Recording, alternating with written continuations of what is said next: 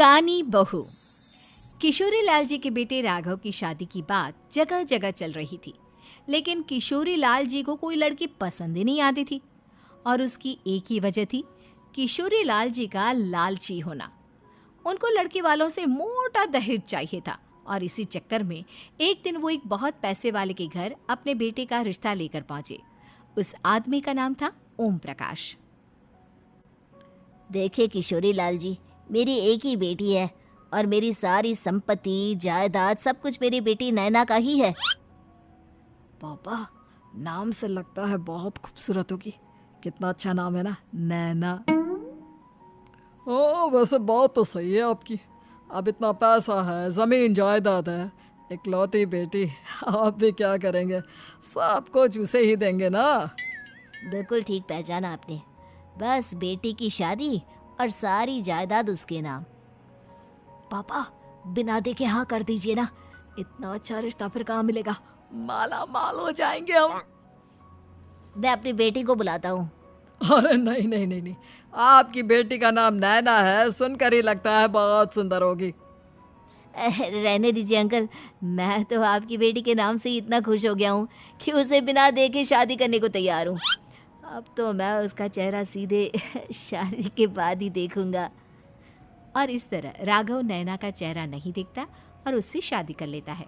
शादी के बाद अपनी सुहाग रात पर जब राघव नैना का घूंघट उठाकर देखता है तो नैना की आंखें बंद थी।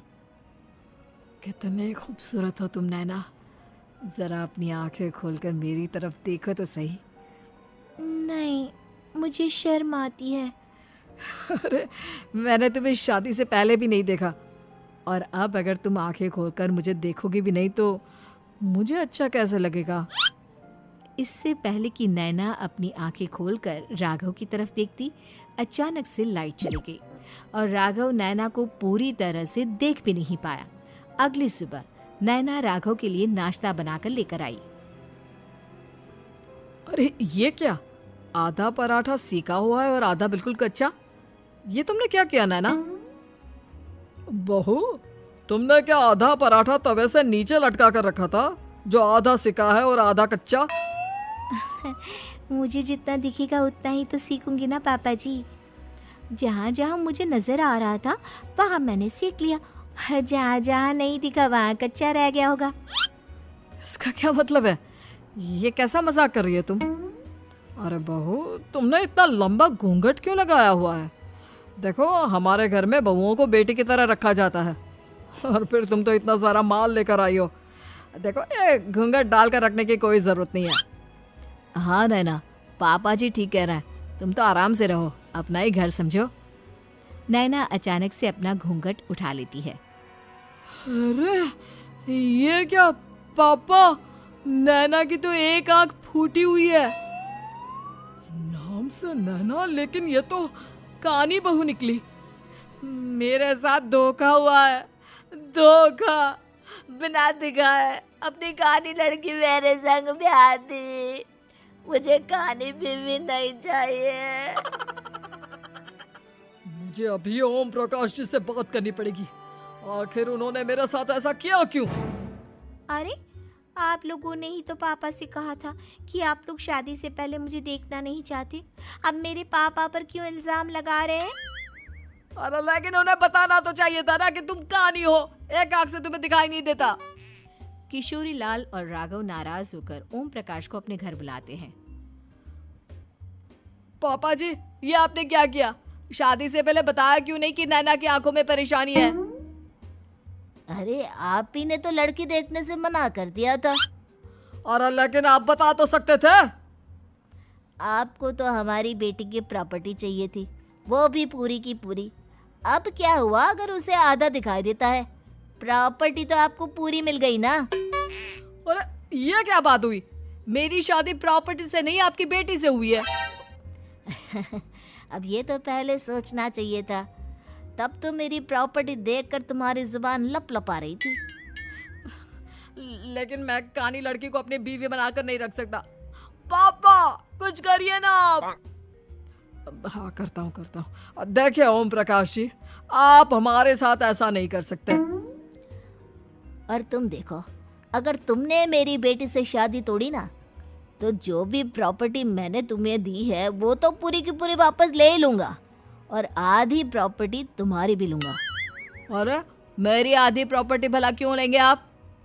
इसलिए क्योंकि मेरी बेटी को आधा नजर आता है और उसकी नज़र अभी तक तुम्हारी आधी जायदाद पर ही पड़ी है। अब तुम उसे घर से निकालोगे तो कुछ तो लेकर जाएगी ना। और अगर हम आपकी बेटी को अपने घर की बहू बना कर रखे तो? तो तुम्हारी पूरी प्रॉपर्टी तुम्हारी ही रहेगी, और जो मैंने तुम्हें दिया है ना, उसमें से बस मैं आधा लेकर जाऊंगा। अरे लेकिन अब आप अपनी दी हुई प्रॉपर्टी में से आधी वापस क्यों लेकर जाएंगे? अगर मैं आपकी बेटी को अपनी पत्नी बनाकर रखने को तैयार हूं तो?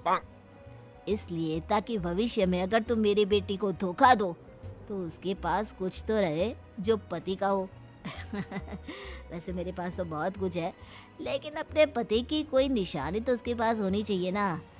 अब अगर तुमने मेरी बेटी को कानी कहा तो तुम्हें प्रॉपर्टी भी कानी ही मिलेगी, पूरी नहीं। जमाए राजा। किशोरी लाल और राघव समझ चुके थे कि वो बुरी तरह फंस चुके हैं और अब उनके पास वहां से निकलने का कोई चारा नहीं है। अब समझ में आया ना, लालच बुरी बला होती है। एक तो तुम्हें प्रॉपर्टी मिली, ऊपर से बीवी मिली, उसमें तुम्हें नखरे भी दिखाने हैं। आए बड़े, चुपचाप बैठो दोनों। कुछ दिनों के बाद नैना राघव की कार लेकर बाजार घूमने निकलती है और जब कार लेकर वापस आती है, ये क्या? एक तरफ से मेरी गाड़ी पूरी खराब हो चुकी है। लगता है तुमने मेरी गाड़ी को किसी दूसरी गाड़ी के साथ एक्सीडेंट किया है। अरे अरे कितना बड़ा नुकसान कर दिया तुमने बहू। वो क्या है ना पापा जी, मुझे एक आंख से दिखाई नहीं दे रहा था, सामने से गाड़ी आ रही थी। मुझे तो सिर्फ आधा ही दिखाई दिया और वो गाड़ी मेरी कार से रगड़ते हुए निकल गई। अब मैं क्या करूं बताओ? आप इसे ठीक कराने के पैसे कौन देगा? तुम्हारे पापा। तुमने मुझसे इस तरह से बात की? अभी रुको। नैना राघव की शिकायत ओम प्रकाश को कर देती है। देखो राघव, अब जो मेरी आधी प्रॉपर्टी तुम्हारे पास थी ना, उसमें से आधी और मैं लेकर जाऊंगा, क्योंकि तुमने मेरी बेटी को डांटा। अरे नहीं नहीं पापा जी, गलती हो गई, माफ कर दो। गलती की तो कोई गुंजाइश ही नहीं। अगली बार मेरी बेटी को डांटा तो बची हुई आधी में से आधी और ले जाऊंगा। लालच के चक्कर में हम दोनों ने बहुत बड़ी गलती कर दी बेटा। एक तो तुम्हें कानी बहू मिली और ऊपर से जो माल मिला वो भी काना।